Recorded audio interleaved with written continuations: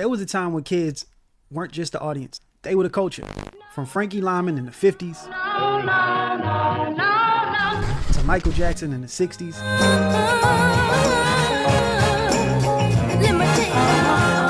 New Edition in the 80s.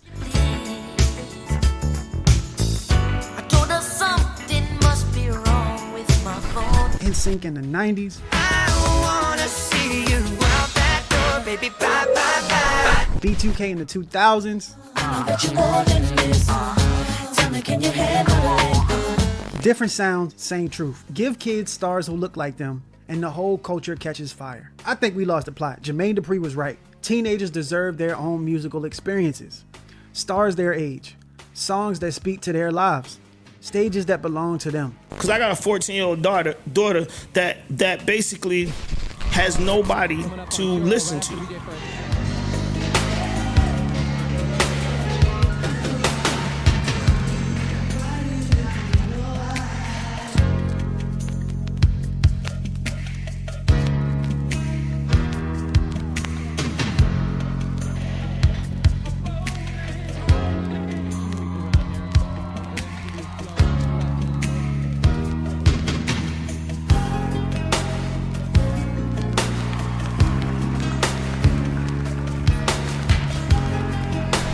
She's out here listening to shit that she ain't supposed to be listening to on TikTok.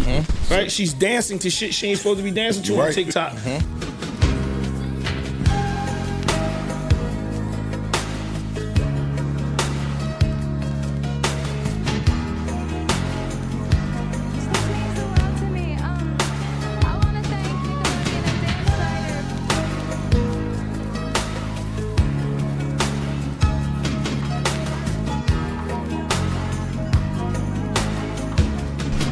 And it's our responsibility to deliver artists for this group of people, but ain't nobody doing it. Somewhere along the way, that lane disappeared. Not by accident, by decision.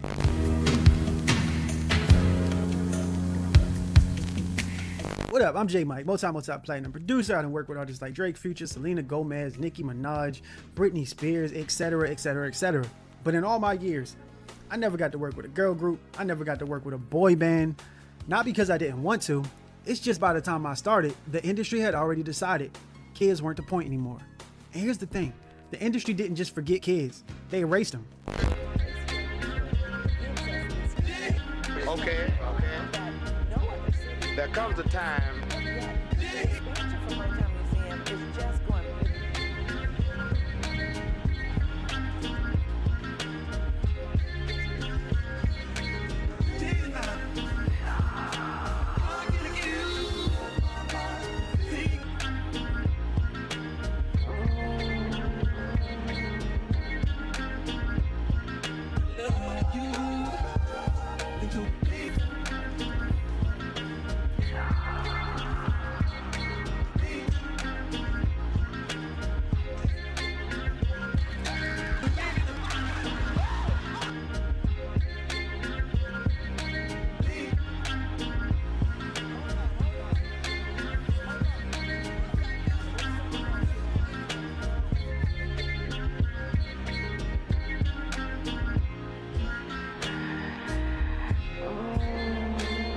Like my man LMLJ said, straight out of Boston, but from OP, there's only one way, and that's to come out strong, nice and long like the boat clown, rolling through Dudley, making a pissed off blazer town. Get the stage, you know what I'm saying?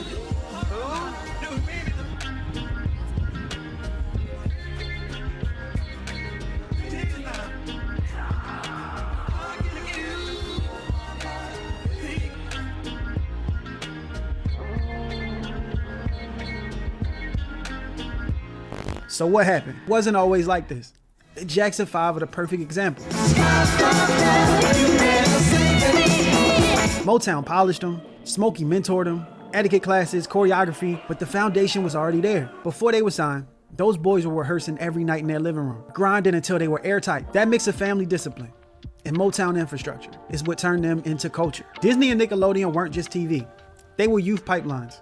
The Mickey Mouse Club gave us Britney, Justin, and Christina. Nickelodeon sitcoms fed Ariana from the TV to the stadium. Class mattered too. New Edition came out of Roxbury Projects.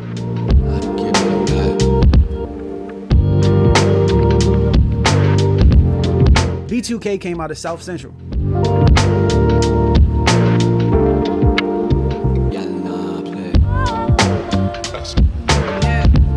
For working class kids, music was a visible ladder. Close that lane and you just don't lose songs.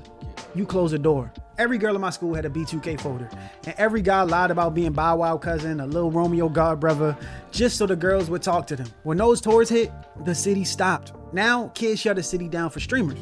Studies show that musical taste solidifies between the ages of 13 and 16, right when identity sets in. If nothing speaks to kids then, we lose them.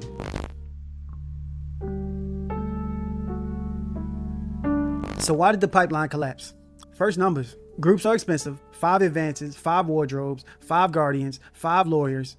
1 Beyonce is cheaper and more controllable than 5 Destiny's Child. Why give 5 kids healthcare if you only got to give it to 1? Second, patience died. Grooming a 13-year-old for years like Jermaine Dupri did with Bow Wow was a long play. Now labels want their artists viral ready day one. But one of the biggest shifts is the mission. Songs aren't made to belong anywhere. They're made to fit everywhere.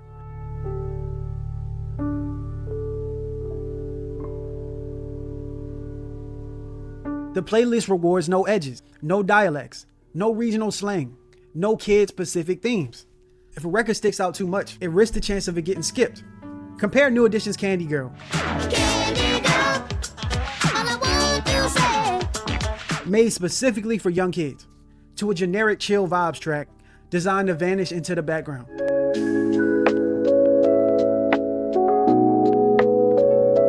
Flattened markets hate edges. Childhood is an edge. Region is an edge. Memory is an edge. That's why Metro resurrecting Atlanta legends, Kendrick making Compton feel 1,000,000 feet tall, or Pharrell bringing back the clips for VA feels like oxygen. Those records name a place, and naming is memory. And only 61% of Gen Z say discovering new music is even a priority. So the passion itself is falling.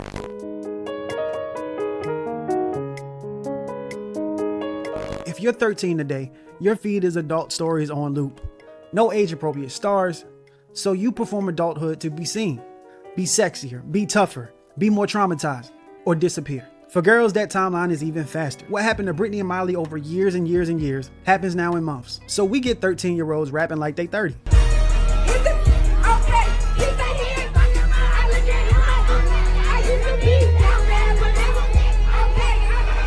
Oh my God! This.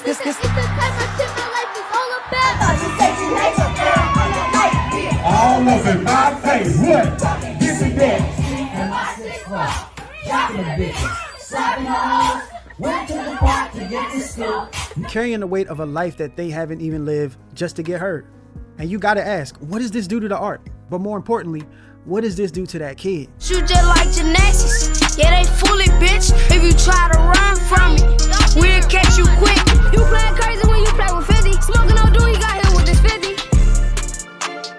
You ain't suck a dick, babies, you can get the fuck up on my shit. 100 round, hit him with the glove, take a fucking dog. I grew up singing in the black church. When a hymn started, an elder might lean over and say real low, "What you know about that?" At 12, when I sung Amazing Grace, it was just words on a paper. If I sing it now after living life, it's a testimony. Growing into music used to be the point. You weren't expected to have the testimony before you lived the life. That church tradition, it was black ritual. Building performers from the ground up, teaching vulnerability, community, and growth. But now those incubators that held us while we grew are gone. The black church trained generations of performers. Public school bands, talent shows, and art programs gutted. Even the Mickey Mouse Club is gone.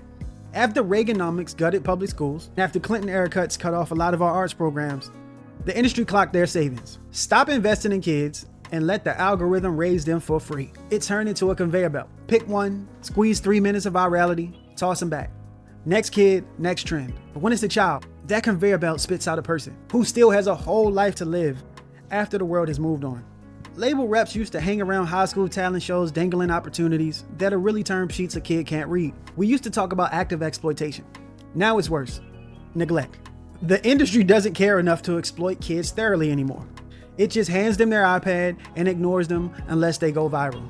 Think about this. In 1999, a 15-year-old kid could go on 106 in Park and sing a little off key and still have time to grow.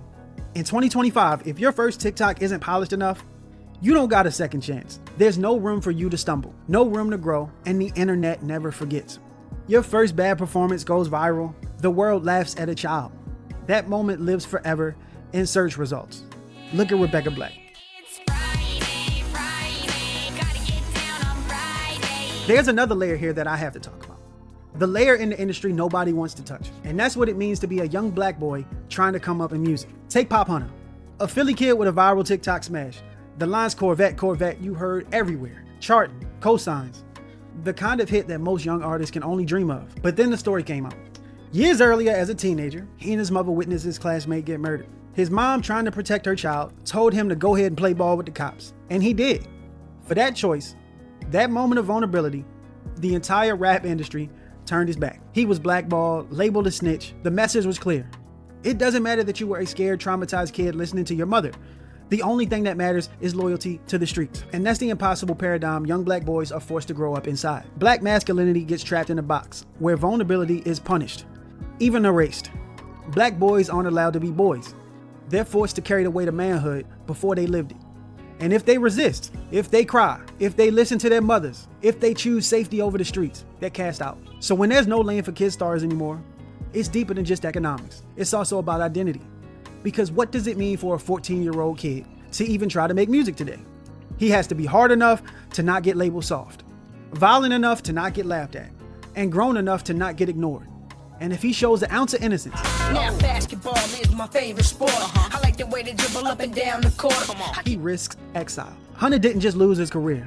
His story showed that every kid watching, if you're a young black boy in rap, your childhood isn't yours. It's collateral.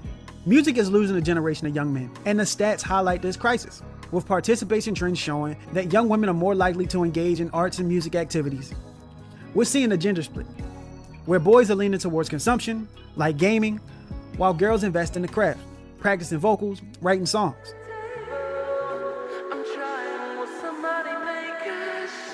Another big factor is music isn't the only show anymore. Games are precision-engineered attention engines.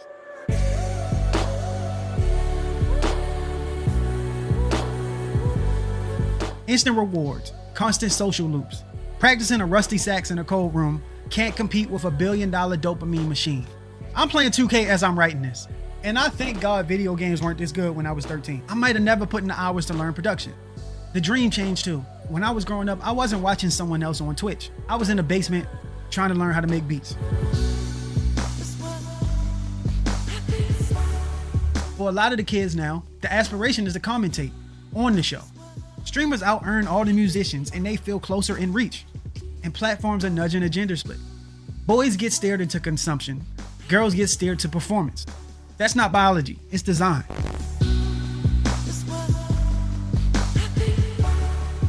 Underneath all of this is greed. He launched the careers of child actors who became major stars. For 20 years, he shaped children's entertainment and culture. Working for Dan was like being in an abusive relationship. So my lawyer filed complaints, gender discrimination, hostile work environment, harassment, and it was so devastating. There would be even bigger problems down the line with actual pedophiles on set. I had no idea what I was saving my son from. It was a house of horrors. Parents push too far.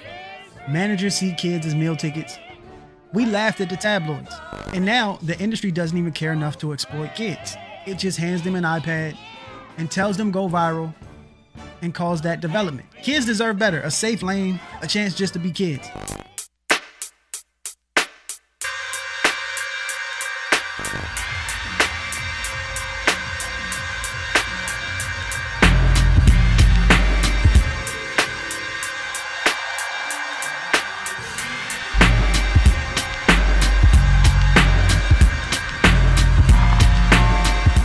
On 106 in Park, Bow Wow sat right next to 50 Cent. It showed us be young and dream. Today, music competes with every screen. For most kids, a Fortnite skin means more than a #1 record. So attention is scarce, outrage pays, platforms rewards people getting owned and dunks, not devotion. Love takes time, but hate is instant and free. Imagine you 15 dropping your first song. Before anyone listens, the comments are filled with mid and trash. They say you don't deserve to exist. And that kills your potential at the start. In the 2000s, fan culture was all about love. Fan clubs, posters, countdowns. Today's culture is built on dunks and call-outs, but in Korea, they did the opposite. K-pop built entire armies of fans trained to show loyalty, buy albums, fill venues, and defend their artists online. They don't tolerate hate in those comments. They drown it out with collective love.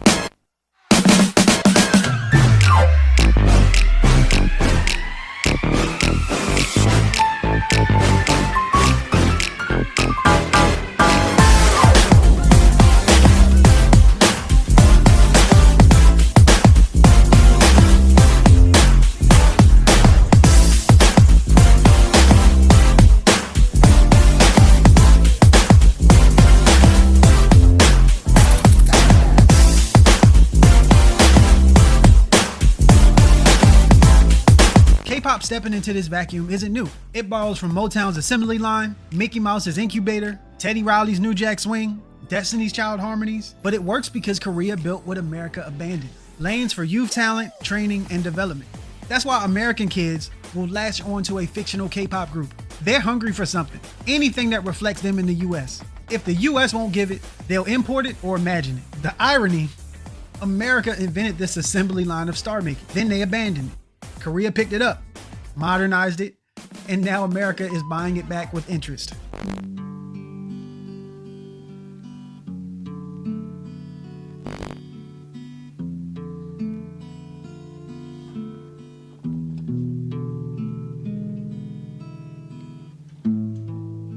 I was never one for singing what You niggas so greedy. Know you do this all the time. Know you probably got hella bodies piling up on every street you be on. You don't just shoot your shot. Your body is a walking storm of gunfire, a constant showering of bullets. And now you mad? Cause we ain't trying to get caught up in the crossfire? You are told to speak. Officer Simon says, speak to your cellmate now. Why aren't you speaking now? You chose to play this game, now you're choosing not to play. How dare you ruin it for everyone else? Officer Simon says it's still not time for a bathroom break. Stop asking. Officer Simon says you're not listening. People that don't listen will never be successful. Officer Simon said it's time to file in the hallways again, one behind the other. Straight silent line, tight to the right. Officer Simon says if you can't be silent, how will you hear what Officer Simon is telling you to do? Silent! I said be silent! I am living defiance. I am the American dream's worst nightmare. A black boy with an opinion and a heart that's still beating. Just by standing up here and saying these words, I'm contradicting every definition of a black man that you ever forced upon me. Talking Jackson 5 or New Edition isn't nostalgia, it's lineage. A ritual of building performers from the ground up. Erasing that pipeline flattens sound and breaks a chain of memory that tells kids, you get to be young here. Hey, maybe I'm old, but it feels like we didn't just lose songs, we lost tradition. We protect kids in other fields. The Better AAU programs has rules, has limits. Film has tutors and labor limits. But music is the Wild West. So we gotta build the lane. Figure out ways where they can't get exploited like they have so many times in the past. Required education for touring kids. We need more city-funded incubators. They always come up. Band rooms, poetry slams, community studio. It wouldn't take much. Just imagination and respect. So what do y'all think? Am I stuck in the past or do we lose something real? What did your childhood sound like? And what are the kids in your life growing up on now? Drop a comment, share with someone who remembers. Peace.